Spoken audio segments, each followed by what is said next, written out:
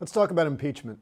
Specifically, I want to talk about the process of impeachment because unless we're on the same page about that process, we can't have an informed conversation about whether any specific federal official should be impeached. Article 2, Section 4 of the Constitution says, quote, "The President, Vice President, and all civil officers of the United States shall be removed from office on impeachment for and conviction of treason, bribery, or other high crimes and misdemeanors." Now, there's two important points to make about that provision. One, it contains an implicit guarantee of due process. Officials aren't removable by virtue of committing crimes, but only if they are impeached and then convicted of those crimes. Two, treason is defined in the Constitution. Bribery is generally understood within the law. High crimes and misdemeanors is a weird word, and it's inherently subjective. Now, that first point about process means that an impeachment in the House is a lot like being indicted by a grand jury. We've decided to move forward with the trial, but you are not yet convicted. The conviction only comes as a result of the trial that's held in the Senate. The second point means that there's no objective or unambiguous definition of what actually constitutes an impeachable offense. We can't say whether something that anybody did is impeachable because the decision to impeach is always political, in the sense that the definition of an impeachable offense always depends on the politics of the moment. And I think we kind of get that, because ask yourself, suppose that Donald Trump fired Secretary of Defense Hegseth without first securing consent of the Senate. Would that be impeachable? Suppose that he was found to have lied about having an extramarital affair. Would that be impeachable?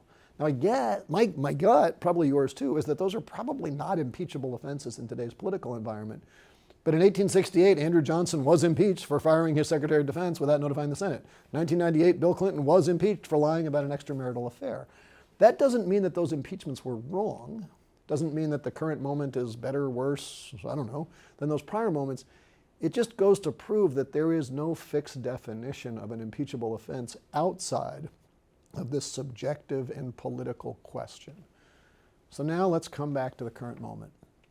Suppose that you personally think that Donald Trump should be impeached, but also that you're very clear-eyed about the fact that the current Republican-controlled House ain't going to impeach him. We don't have the votes. And the Republican Senate certainly doesn't have the two-thirds majority to convict. Does that mean that you give up? No. It means you get engaged in all the political messiness of democracy and trying to persuade people, trying to do, as Condoleezza Rice said, making the politically impossible inevitable. Now, as relates to those of us in Congress, the way that we close that gap is to use our oversight and convening power to hold hearings, conduct investigations, including but not limited to a full impeachment inquiry if warranted. Use those processes to bring facts into the public eye, and if warranted, use those facts to move the politics, build a consensus. But if we're going to do that, we also have the humility to be open to the idea that we might be wrong. Maybe what we think he didn't do. Partly because that's the right thing to do, but also because I think the public is always smart enough to know a witch hunt when they see one.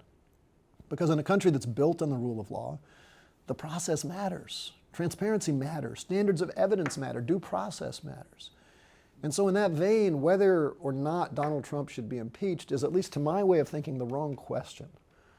The right questions are, number one, why did Donald Trump fire the independent inspectors general on taking office, who would normally be a conduit to disclose executive branch violations of law to the Congress? Why has the Republican leadership in the House and the Senate not questioned that, called hearings to ask what the heck is going on? Why aren't they asking questions about the massive economic conflicts of interest between members of the Trump family, multiple cabinet secretaries, Trump advisors, and all sorts of foreign governments? Because if sunlight is the best disinfectant, why the heck are they embracing darkness? Now, my commitment to you, and frankly, my larger commitment to our democracy, is to always embrace that sunlight in pursuit of the answers to those questions, to make sure that we always fulfill our oversight responsibilities and follow those facts where they lead without prejudice, including impeachment when necessary.